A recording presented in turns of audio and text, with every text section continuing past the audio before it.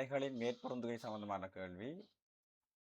ஒரு அலை வந்து வலப்பக்கம் நகருது, இன்னொரு அலை வந்து இடப்பக்கம் நகருது. இந்த ஓன்ற புள்ளி சியை அடையக்குள்ள கிடைக்கிற விளையுள் அலை வடிவம் வந்து கேட்டிருக்கு. ஒவ்வொன்றது சியை அடையும் என்று சொன்னால் அந்த டைம்ல என்ன நடக்கும்? ஒவ்வொன்று இந்த புள்ளி வந்து சியை அடையுதுன்றால் ரைட், வேறு இப்படி நகர்ந்தது. இதுதான் சி, இது பி, இது ஏ. ஒவ்வொன்ற புள்ளி சி அடையக்கூட ரைட் ஏபி என்ற பகுதி என்ன செய்யும்? அங்கே அலை இருக்கும்.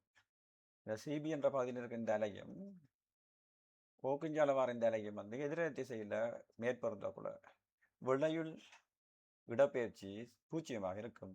விளையுள் இடப்பெயர்ச்சி பூஜ்ஜியமாக வர வேண்டும் என்றால் 2 வரலாம் அல்லது 4 வரலாம். ரைட், அதே நேரம் ஏபி அந்த டைமில் என்ன செய்யும் என்றால் அங்கால நகர்ந்திருக்கும், மேல் பக்கம் இருக்கும். அது அப்படி என்றால் 4வது சரியான விடையாக இருக்கும்.